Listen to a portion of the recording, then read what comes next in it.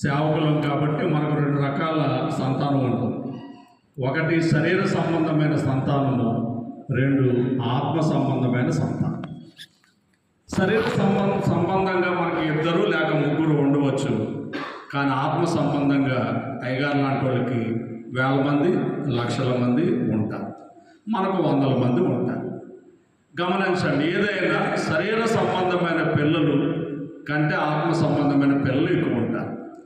Abraham గారికి కూడా శరీర సంబంధమైన పిల్లలు ఇశ్రాయేలీయులు ప్రస్తుతం 1 కోటి జనాభా కంటే కూడా తక్కువే ఉన్నట్టుగా అంచనా, చరిత్రకారుల అంచనా. కానీ ప్రపంచంలో ఉన్న 300 కోట్ల క్రైస్తవులు వాళ్ళు కూడా అబ్రహాము సంతానం. వారు కూడా ఎవరి సంతానము? ఇది ఆత్మీయమైన సంతానం. 1 కోటి జనాభా మాత్రమే ఆ శరీర సంబంధమైన సంతానంగా నేడు ఇజ్రాయేల్ దేశంగా వారుంటే, ఆత్మ సంబంధమైన సంతానంగా ప్రపంచ దేశాలన్నింటిలో విస్తరించి అబ్రహాము సంతానం ఉన్నది.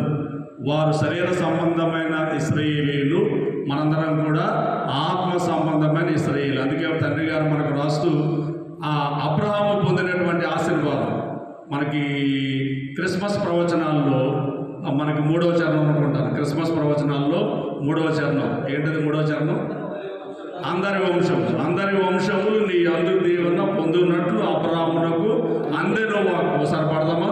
అందరి వంశములు నీ అందు దీవెన పొందునచ్చున అబ్రహాముకు అందరి వాకు. అందే క్రీస్తు యూదులకును అన్యజనులకు విందు క్రిస్మస్ విశ్వమంతటను. విందు క్రిస్మస్ విశ్వమంతటను. దేవునికి స్తుతి కలుగును గాక. గలతీయులకు రాసిన పత్రిక 3వ అధ్యాయం 29వ వచనంలో చూడండి, లేక 28 నుండి లేదంటే 26 నుంచి చదివేద్దాం. యేసుక్రీస్తు నందు మీరందరూ విశ్వాసము వలన దేవుని కుమారులై ఉన్నారు. క్రీస్తులోనికి బాప్తిసం పొందిన మీరందరూ క్రీస్తును ధరించుకొని ఉన్నారు. ఇందులో యూదుడని గ్రీసు దేశస్థుడని లేదు, దాసుడని స్వతంత్రుడని లేదు, పురుషుడని స్త్రీ అని లేదు. యేసుక్రీస్తు నందు మీరందరూ ఏకముగా ఉన్నారు. మీరు క్రీస్తు సంబంధులైతే ఆ పక్షమందు అబ్రహాము సంతానమై ఉండి. మాటలు గమనించండి, మీరు క్రీస్తు సంబంధులైతే ఆ పక్షమందు అబ్రహాము యొక్క సంతానమై ఉండి వాగ్దాన ప్రకారము వారసులై ఉన్నారు. దేవునికి స్తుతి కలుగును గాక. మీరు క్రీస్తు సంబంధులైతే, అంటే యేసుక్రీస్తు రక్తంలో కడగబడి బాప్తిసం పొందిన వారమైతే మనం కూడా ఎవరి సంబంధంలో? అబ్రహాము యొక్క సంతానము, అంటే ఆత్మ సంబంధమైనటువంటి సంతానం. కాబట్టి గుర్తించండి. కాబట్టి ఇశ్రాయేలీయుల చరిత్ర మనం ఎందుకు ధ్యానం చేయాలంటే, మన పెద్దవాళ్ళ చరిత్ర మనం ధ్యానం చేస్తున్నాం. వారు ఏ విధంగా నడుచుకున్నారో మనము ఆ ప్రకారంగా కాకుండా మాదిరిగా ఉంచినట్టుగా కొరింథీ పత్రికలో మనకు కనబడుతూ ఉంటుంది. ఆ 10వ అధ్యాయము 6వ వచనంలో, 10వ అధ్యాయం 11వ వచనంలో ఈ సందర్భం ఎందుకు చెప్పారు పౌలు గారు అని మనం ఆలోచన చేస్తే కొరింథీ సంఘం బాగా ధనిక సంఘం, బాగా డబ్బులున్న సంఘం. ఎందుకంటే వాటరేవు పట్టణం ఉంది. పూర్వం వ్యాపారం అంతా వాటరేవుల్లో జరిగేది. ఎందుకంటే ప్రయాణ సాధనాలు ఇంకా వేరే ఒక ట్రాన్స్పోర్టేషన్కి ఏమీ లేదు, ఉంటే వాటర్ల ద్వారానే అక్కడ బాగా వ్యాపారం జరిగేది. కాబట్టి ధనిక పట్టణము, బాగా డబ్బులు ఉన్నటువంటి వారు. కాబట్టి మేము బాప్తిసం పొందాము, ప్రభుపాలలో పాలు పంచుకుంటున్నాము అని వారు కొంచెం గర్వంగాను అవిధేయతగాను జీవిస్తూ వచ్చారు. కాబట్టి వారి కోసం ఈ చరిత్ర చెప్పాడు ఆయన. మన పెద్దోళ్ళు కూడా ఎలా అనుకున్నారు, మన పితరులు కూడా ఎలా అనుకున్నారు. వారందరూ ఆత్మ సంబంధమైన ఒకే భోజనం చేశారు, ఆత్మ సంబంధమైన ఒకే పానం చేశారు, ఒకే బండలోనే త్రాగారు. ఆ బండ క్రీస్తు అని చెబుతూ 6వ వచనంలో 5వ వచనంలో ఒక మాట అంటాడు. కానీ వారిలో చాలా మంది దేవునికి ఇష్టలుగా ఉండకపోయిరి. వారిలో చాలా మంది ఇష్టలుగా లేరు. వారి వలె మీరు ఉండవద్దు. సరిగి కొందరు అలాగే ఆడుట పాడుట ఈ పని పాటలన్నీ చేస్తూ కొందరు ఇలాగూ వారు చేసిన నేరాలన్నీ చెబుతూ అదంతా 11వ వచనంలో చెబుతాడు. ఇది ఇదంతా మనకు మాదిరిగా ఉంచి ఉన్నాడు అనేటటువంటి మాట 11వ వచనంలో 10వ అధ్యాయం 11వ వచనం, ఈ సంగతులు దృష్టాంతములుగా వారికి సంభవించి యుగాంతమందున్న మనకు బుద్ధి కలుగుటకై వ్రాయబడిన. యుగాంతమందున్న మనకు బుద్ధి కలుగుటకై వ్రాయబడెను. కాబట్టి గుర్తించండి, మేము బాప్తిసం పొందేశాము, మేము ప్రభాల్లో పాలు పంచుకుంటున్నాం, అది ఇది అని అనుకుంటే మీకంటే ఎక్కువ నాయన వాళ్ళు ఒకే సంబంధమైన భోజనం తిన్నారు, ఒకే రకమైనది పానం చేశారు, ఆ బండ క్రీస్తే, కానీ వారిలో చాలా మంది నశించిపోయారు. కాబట్టి వారిలాగా మీరు నశించిపోకుండా ఉండే నిమిత్తం ఈ సంగతులు దృష్టాంతములుగా వారికి సంభవించి యుగాంతమందున్న మనకు బుద్ధి కలుగుటకై వ్రాయబడెను. గుర్తించాల్సిందిగా మీకు మనవి చేస్తూ ఉన్నాను. కాబట్టి దేవుని పిల్లలుగా మనందరం కూడా మరి చక్కగా ఇశ్రాయేలీయులను ధ్యానం చేస్తూ వారి వలె కాకుండా ఒక యెహోషువ వలె, ఒక కాలేబు వలె, లేక ఒక కాలేబు వలె, ఒక యెహోషువ వలె మరి నిండు మనస్సుతో, మంచి మనస్సుతో నిండు మనస్సుతో దేవుణ్ణి అనుసరిస్తూ ఆరాధిస్తూ సాగిపోగలిగినటువంటి పరిస్థితులను మనము కలిగి ఉండవలసిన వారమై ఉన్నాం. సరే, మరి సమయాన్ని బట్టి నేను ఒక 4 మాటలు చెప్తాను. ఇశ్రాయేలీయుల ప్రయాణంలో ప్రధానమైన ఆటంకములేమిటి? యెహోవా దేవుని పరిష్కార మార్గములేమిటి? ఇశ్రాయేలీయుల ప్రయాణంలో ప్రధానమైన ఆటంకములేమిటి? యెహోవా దేవుని యొక్క పరిష్కార మార్గములేమిటి? చాలా ఉన్నాయి. ఆహారం లేదు, యుద్ధం వచ్చింది, నీళ్ళు లేవు, చనుక్కున్నారు కదా, చాలా ఉన్నాయి. ఇవన్నీ కాకుండా ప్రధానమైనవి 4 సమస్యలు ఉన్నాయండి వారికి. ప్రధానమైన ఆటంకములు. మొదటి ఆటంకం ఫరో. మొదటి ఆటంకం ఎవరు?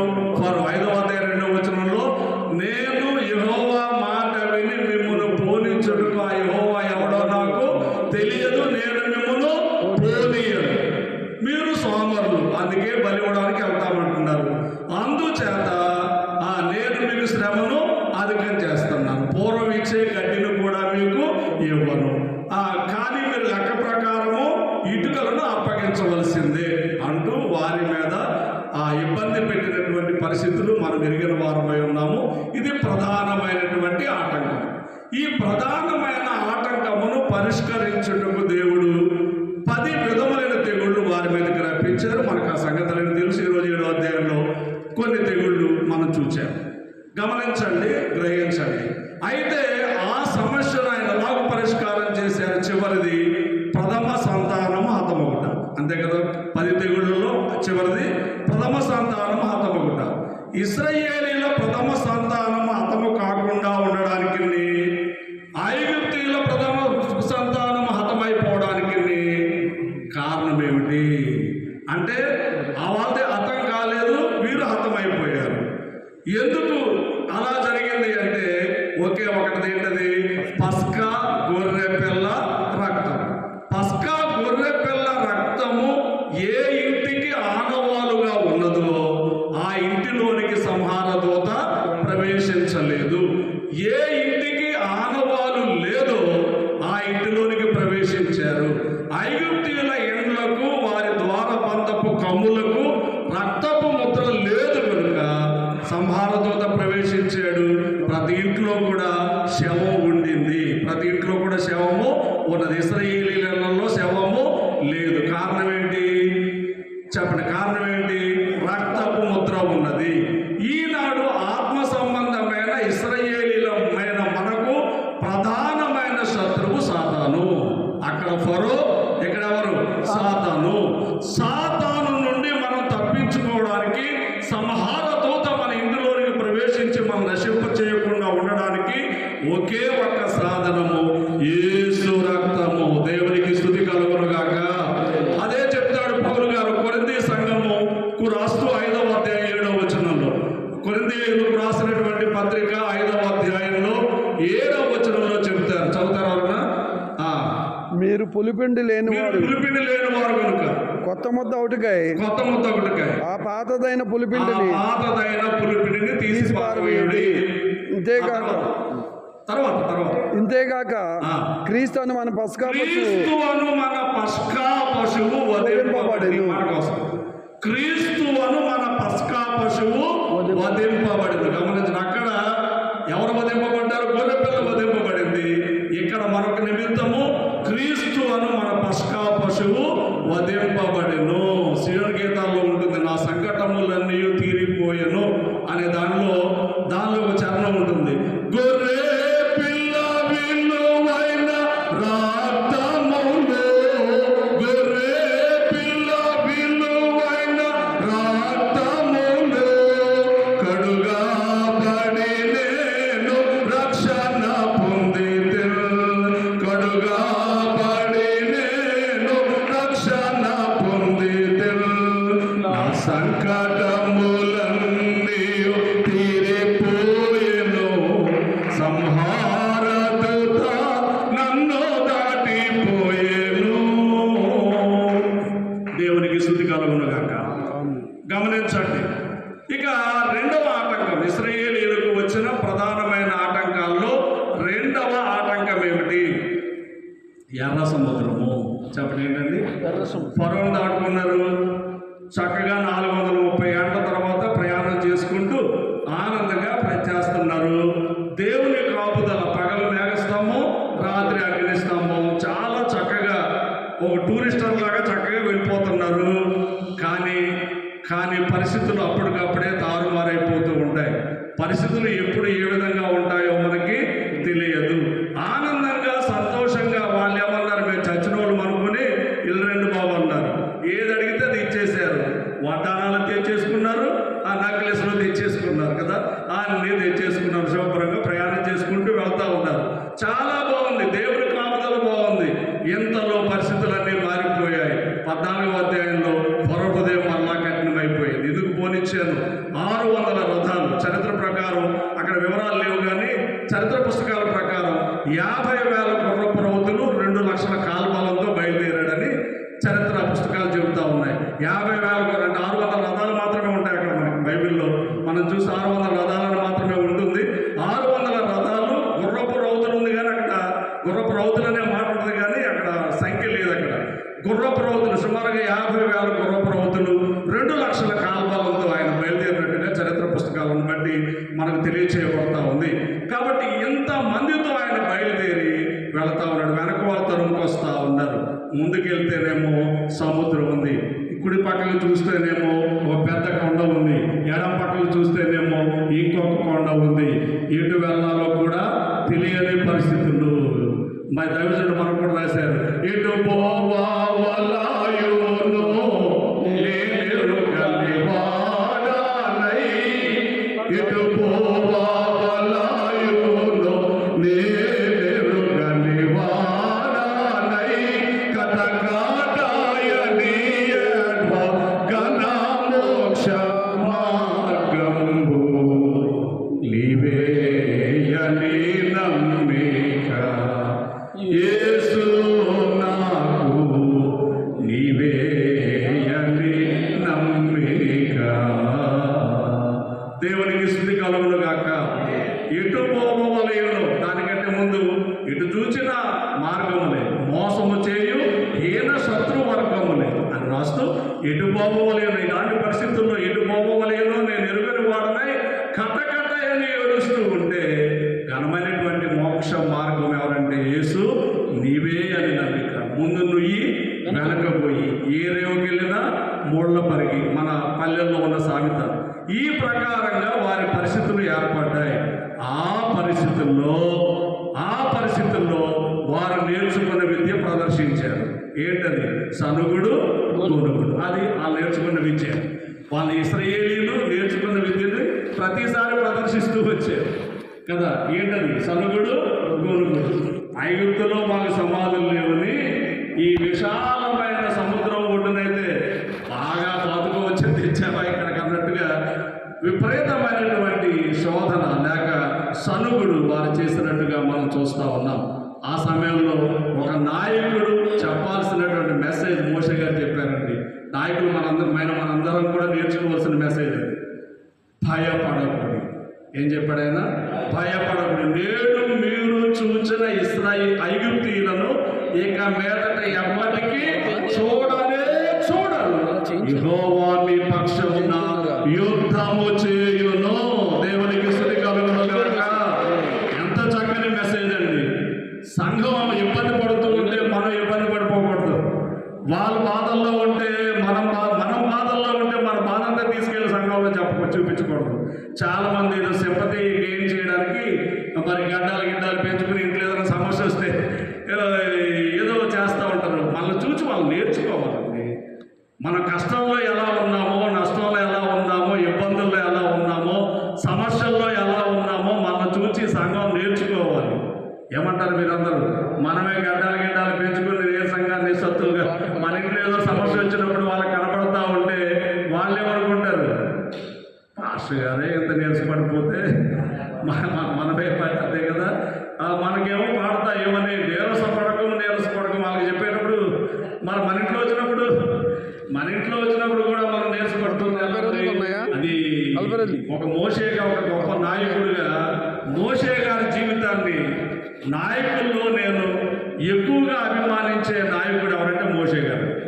చాలా గొప్ప నాయకత్వ లక్షణాలు కలిగిన వాడు. ఎంత గొప్ప నాయకత్వ లక్షణాలంటే తన సంఘం కొరకు అవసరమైతే నా పేరు జీవ గ్రంథంలో నుండి తుడిచిపెట్టుము అని ప్రార్థన చేసిన గొప్ప నాయకుడు. అసలు అలాంటి నాయకుడిని మనం ఎవరు చూస్తాం? మనం అసలు ఆయన మించిన నాయకుడు లేడేమో అనిపిస్తాం. నాయకత్వ లక్షణాలు నిండుగా మెండుగా కలిగిన వాడు. మల్లాంటి వాడే ఆరంభంలో కోపం వచ్చి ఒక ఐగుప్తుడిని చంపేసి ఇసుకలో పాతి పెట్టినటువంటి కోపిష్టోడే. ఏమంటాడు?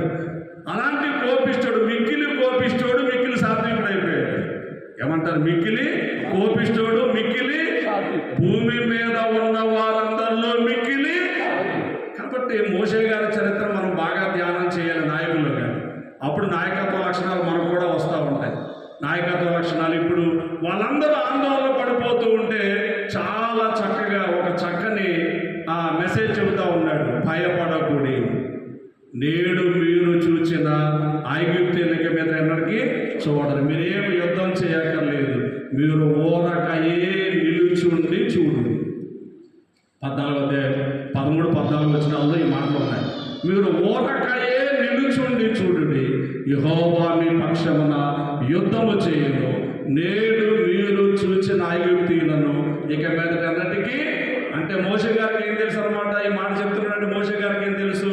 వీరందరినీ ఎర్ర సముద్రంలో దేవుడు ముంచి వేస్తాడనే సంగతి దేవునికి ఎలా తెలుసో, దేవుని అంతరంగంలో ఉన్న సంగతి నాయకుడికి కూడా తెలిసి ఉండవచ్చునని ఈ మాట ద్వారా మనకు అర్థమవుతుంది. ఎందుకని ఏమన్నాడు ఆయన?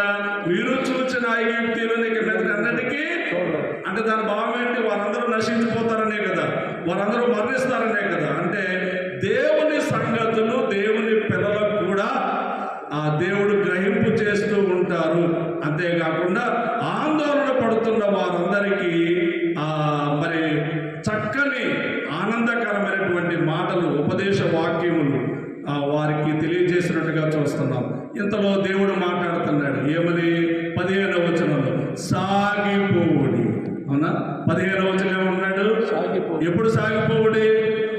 ముందు నుయ్యి వెనక గొయ్యి ఉన్నా సాగిపోవుడి. ముందు ఎర్ర సముద్రము, వెనక ఫరో సైన్యం ఉన్నా సాగిపోవుడి. ఎటు పోవ వలయన్నో ఎరుగని పరిస్థితుల్లో కూడా మన భాష అయితే ఆగిపోవుడి. చెప్పండి. కష్టం ఉంటే ఆగిపోవుడి, సమస్య ఉంటే ఆగిపోవుడి, ఇబ్బంది ఉంటే ఆగిపోవుడి. కానీ దేవుని బోధేంటి? సాగిపోవుడి. అవునా? సాగిపోవుడి. ఇప్పుడు మనం ఏం చేయాలి? సాగిపోవడమే. కష్టం ఉన్నా, నష్టం ఉన్నా, ఇబ్బంది ఉన్నా, శోధన ఉన్నా, సమస్య ఉన్నా, చిక్కు ఉన్నా లేకపోయినా, తినకపోయినా ఏంటి? సాగిపోవడమే. కన్నీళ్లతో విత్తు క్రైస్తవుడా, కలవరమందద వెందులకు, కన్నీళ్లతో విత్తు క్రైస్తవుడా, కలవరమందద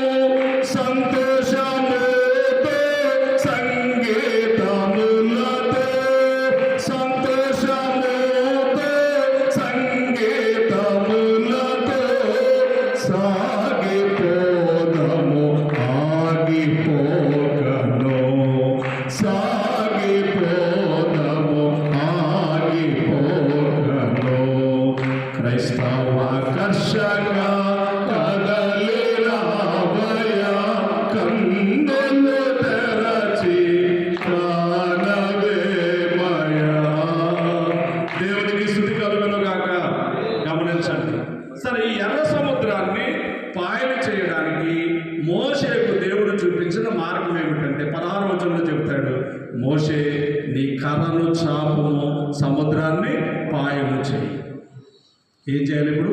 కర్ర. గమనించండి, అక్కడేమో రక్తం, అక్కడ ఏంటండి? రక్తం. కొన్ని ఆటంకములు రక్తము ద్వారా పరిష్కారం అయితే, కొన్ని ఆటంకములు కర్రను చాపడం ద్వారా పరిష్కారం అవుతాయి. గమనించాలి. ఏమిటా కర్ర అంటే మన చేతిలో ఉన్నటువంటి ఈ బైబిల్ గ్రంథం అనేటటువంటి కర్ర. మనకు సమస్య రాగానే, కష్టం రాగానే, ఇబ్బంది రాగానే, శోధన రాగానే బైబిల్ని ఎత్తిపట్టి బైబిల్లో ఉన్న వాగ్దానములను ఎత్తి ప్రార్థించుట. దేవునికి స్తుతి కలుగును గాక. వాగ్దానములు చూడుడి, దేవుని గ్రంథ వాగ్దానములు చూడుడి, వాగ్దానములే జరుగ వలసిన కార్యములు, వాగ్దానములు నమ్ముడి, ఈ రీతిగా ప్రభువును సన్మానించుడి. ఏం చేయాలి ఇప్పుడు మనందరం కూడా? వాగ్దానాలు. బైబిల్లో 3000కు పైబడిన బలమైన వాగ్దానాలు ఉన్నాయి. 365 సార్లు భయపడకుండానే వాగ్దానాలు ఉన్నాయి. కాబట్టి ఇన్ని వాగ్దానాలు మనకు ఉన్నాయి. కాబట్టి ఏం చేయాలి ఇప్పుడు? ఈ వాగ్దానాల గ్రంథమైనటువంటి బైబిల్ను మన చేత పట్టుకొని ఈ బైబిల్ని ఎత్తి ప్రార్థించి తద్వారా మనం ఏం చేయాలి? ఎర్ర సముద్రము వంటి ఆటంకములను పాయలుగా చేసుకొని ఆవలకు మనము చేరుకొనవలసిన వారమై ఉంటూ ఉన్నాము. గమనించాలి, చరిత్ర బట్టి మనం చూస్తే 250 నుంచి 350 కిలోమీటర్ల వెడల్పు ఉంటుందట. ఏంటి? ఎర్ర సముద్రం. గమనించండి, కొన్ని చోట్ల ఇరుకైనటువంటి ఉన్నాయి. వీరు ఎక్కడైతే దాటారో అక్కడ 14 నుంచి 18 కిలోమీటర్ల దూరం ఉందన్నమాట వీళ్ళు దాటిన దగ్గర. అంటే 250 నుంచి 300 అంటే కొన్ని చోట్ల వెడల్పు ఎక్కువగాను, కొన్ని చోట్ల వెడల్పు తక్కువగాను. వీరు దాటిన చోట మాత్రం అరాబా సముద్రం, అరాబా అఖాతం ఏదో ఉంది అక్కడ మాత్రం 14 నుంచి 18 కిలోమీటర్ల ఉంది. అంచేత ఒక రాత్రిలోనే వారు దాన్ని దాటగలిగారని మనం చూస్తూ ఉన్నాం. చరిత్రను బట్టి కూడా మనం కొంత ధ్యానం చేస్తే అర్థమవుతుంది. ఎందుకంటే సముద్రం అంటే అసలు మనకు ఒడ్డు కనపడకుండా ఉంటారు కదా. ఇన్ని కిలోమీటర్ల దూరాన్ని ఒక రాత్రిలో ఎలా వీళ్ళు ప్రయాణం చేయగలిగారు? నాకు ప్రశ్న వచ్చింది కాబట్టి నేను చరిత్ర పుస్తకాలని తిరగవేసినప్పుడు నాకు అర్థమైంది అనమాట. 14 నుంచి 18 కిలోమీటర్ల దూరం ఉండేది కాబట్టి ఒక రాత్రిలోనే వారు ప్రయాణం చేసుకుని ఆవలకు వారు చేరుకోగలిగారు. గమనించాలని మీకు మనం చేస్తూ ఉన్నాము. కాబట్టి దైవ చిత్తమును బట్టి ఈ ఆటంకములు దేవుడు ఎలా తొలగించారు? కర్రను చాచుట ద్వారా. అలాగే మనకున్నటువంటి ఆత్మ సంబంధమైన ఇశ్రాయేలీయులైన మనకు కలిగిన ఆటంకాలు కూడా ఎలా తొలగింపబడతాయి అంటే బైబిల్ గ్రంథంలో ఉన్నటువంటి వాగ్దానములను ఎత్తి ప్రార్థించుట ద్వారా మనకున్న ఆటంకములు తొలగిపోతాయి. ఇక మూడో ఆటంకం ఏమిటి? సుమారుగా 40 సంవత్సరాల వరకు ప్రయాణం చేసుకుంటూ సమీపానికి వచ్చేసారు. ఒక నది వారికి అడ్డంగా వచ్చింది. ఏంటన్నది? యోర్దాను నది. ఇప్పుడు నాయకత్వం మారింది. మోషే గారి పీరియడ్ అయిపోయింది. ఇప్పుడు యెహోషువ గారి పీరియడ్ వచ్చింది.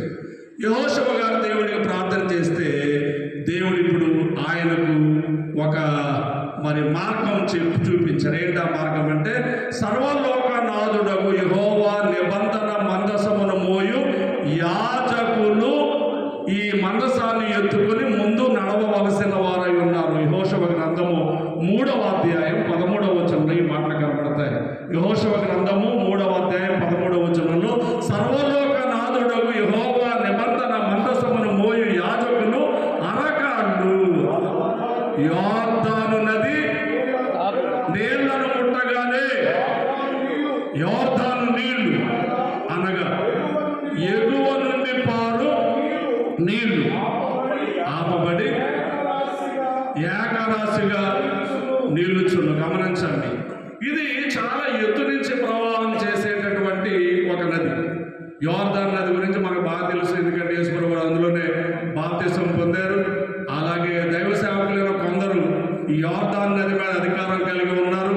యెహోషువ కాలంలోనే కాకుండా ఏలియా కాలంలో, ఎలీషా కాలంలో కూడా ఈ యొక్క యోర్దాను నది పాయలైన చరిత్ర మనకు తెలుసు. కాబట్టి అలాగే కుష్ఠరోగి అందులో మునిగి బాగుపడిన సంగతి కూడా మనకు తెలుసు. చరిత్ర, యోర్దాను చరిత్ర మనకు తెలుసు. ఇది సిరియా లెబనోను ప్రాంతంలో నుండి ఆ హెర్మోను పర్వత ప్రాంతాల నుంచి ఎగువ నుండి కిందకి పారుతూ ఉంటుంది.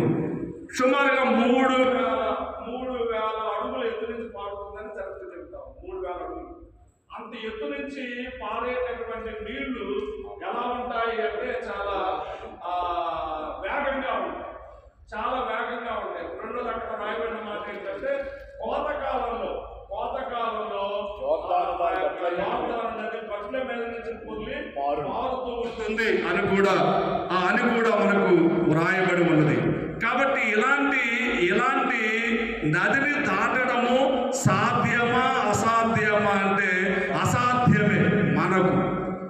మనిషికి మానవునికి అసాధ్యమే, కానీ దేవునికి సమస్తము సాధ్యం. ఎలా దీన్ని సరళం చేయడానికి, మార్గం సరళం చేయడానికి దేవుడు ఏర్పాటు చేశారంటే సర్వలోకనాథుడగు యెహోవా నిబంధన మందసమును మోసే యాజకులంటే తమ భుజముల మీద ఆ భారము కలిగిన దేవుణ్ణి మోసేటటువంటి యాజకులు ముందు నడవాలి. వారి కాళ్ళు ఆ నీటి అంచును తాకగానే అద్భుతం జరుగుతుంది. ఏంటి అద్భుతం అంటే ఎగువ నీళ్లు ఆదాముపురం దగ్గర ఆగిపోతుంది. అని దిగువ నీళ్లు మృత సముద్రంలో కలిసిపోతాయి అని కనబడుతూ ఉన్నది. గమనించాలి, గ్రహించండి.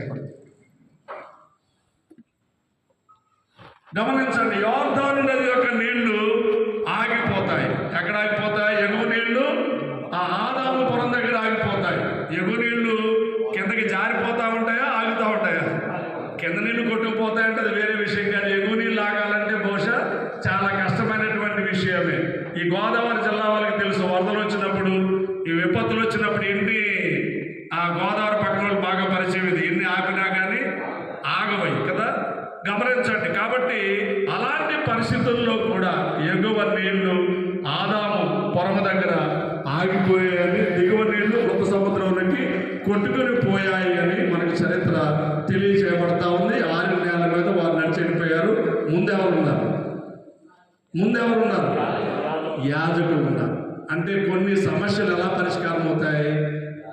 యాజకులు, సంఘము, మనందరం కలిసి ప్రార్థన చేస్తే, అందుకే ఈ ప్రార్థన అర్థమైందా? దేవదాసయ్య గారు ఈ ప్రార్థనలు ఎందుకు పెట్టారంటే యాజకులందరూ ఏకమై ప్రార్థన చేస్తే కొన్ని సమస్యలు పరిష్కారం, మిషన్కు క్షేమం కలుగుతుంది.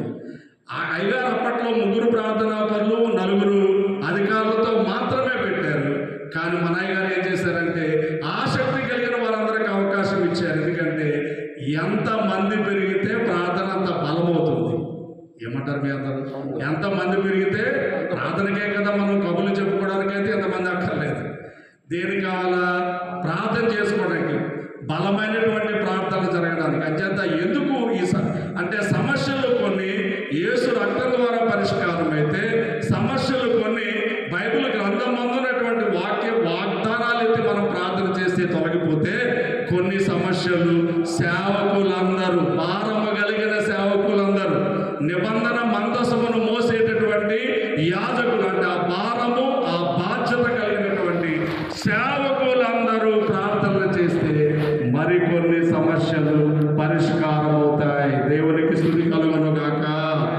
ఇక 4వ విషయం చూస్తే, ఇక ఎర్ర సముద్రం అంటే ఏంటిది? యోర్దాను నది దాటేశారు. యోర్దాను నది దాటిన వెంటనే కనాను దేశంలోనికి ప్రవేశించడానికి ఒక ముఖద్వారం ఉంది. ఆ ముఖద్వారమే ఎరుకో. అది ఆ ఎరుకో పట్టణము గుండానే వీరు ప్రవేశం చేయాలి. కాబట్టి ఆ ఎరుకో 6వ అధ్యాయం 1వ వచనం నుంచి మనం చూస్తే యోషువ గ్రంథంలో ఆ రోజుల్లో ఇశ్రాయేలీల భయము చేత ఏం చేశారంటే తలుపులు గట్టిగా బిగించేశారని ఉంది కదా. కాబట్టి ఎలా పోవాలి? ఇప్పుడు ఎలా పోవాలి? అది డబల్ వాల్ సిస్టమ్ అంటది. పైగా కోట కూడా డబల్ వాల్ సిస్టమ్ అంట. చరిత్ర పుస్తకాలను బట్టి చూస్తే ముందు గోడ ఉంటుంది, కొంచెం గ్యాప్ ఇచ్చి వెనక ఇంకో గోడ ఉంటుంది. ముందు గోడ రాతితో కట్టబడిన కట్టడం, సుమారు అది ఒక 20-25 అడుగుల ఎత్తు ఉంటుంది. 6 అడుగుల ఎడల్పు ఉంటుంది. 6 అడుగుల ఎడల్పుతో 20-25 అడుగుల ఎత్తు ఉంటుంది. తర్వాత కొంచెం గ్యాప్ ఇచ్చి లోపల ఇంకొక గోడ ఉంటుంది. అది 8 అడుగుల వెడల్పు, 40 నుంచి 50 అడుగుల ఎత్తు. గమనించండి, ఇదన్నమాట. ఆ రోజుల్లో ఈ గ్యాప్లో కొంతమంది స్థలాలు లేని వాళ్ళు ఈ గ్యాప్లో ఇల్లు కట్టుకునేవారు. రాహాబు అక్కడే ఉందన్నమాట. మనకి చరిత్రలో 2వ అధ్యాయం 14-15 వచ్చినప్పుడు రాహాబు గురించి ఉంటుంది కదా. ఆమె ఆ గ్యాప్లో కట్టుకున్నారన్నమాట. కొంతమంది ఆ గ్యాప్లో, కొంతమంది స్థలాలు లేనివారు ఆ గ్యాప్లో ఇల్లు, అంటే 2 ప్రహారీల మధ్య ఉండేటటువంటి గ్యాప్లో, అంటే 8 అడుగులు 6 అడుగులు వెడల్పు కలిగినటువంటి ఆ పట్టణపు కోట గోడలను తొలగించుకోవడానికి లేక పడగొట్టడానికి దేవుడు ఏర్పాటు చేసినటువంటి సాధనం ఏమిటి అని మనం ఆలోచిస్తే, ముందు మనసాన్ని మోసే యాజకులు 6 సార్లు, అలాగే పొట్టేలు కొమ్ము బోర్లు ఊదేటటువంటి యాజకులు 6 రోజులు 6 సార్లు ఆ పట్టణం చుట్టూ ప్రదక్షిణ చేయాలి. 7వ రోజు 7 సార్లు తిరగాలి. 7వ సారి అయిన తర్వాత గట్టిగా పొట్టేలు బోర ఊదినప్పుడు ప్రజలందరూ ఆర్భాటపు కేకలు వేయాలి. ఎప్పుడైతే ఆర్భాటపు కేకలు వేయబడతాయో ఈ బలమైన అభేద్యమైన కోట గోడలు కూలిపోతాయని యెహోషువకు దేవుడు చెప్పారు. 6వ అధ్యాయంలో మీరు వెళ్ళి చదువుకొని, ఆల్రెడీ ఇంతకుముందు మీరు చదువుకుంటారు కాబట్టి మీకు అర్థమవుతా ఉంది. కాబట్టి గమనించండి, గ్రహించండి. ఆ విధంగా ఆ కోట గోడలు కూలిపోయాయి. 20 వచ్చిన అక్కడ ఉంటుంది.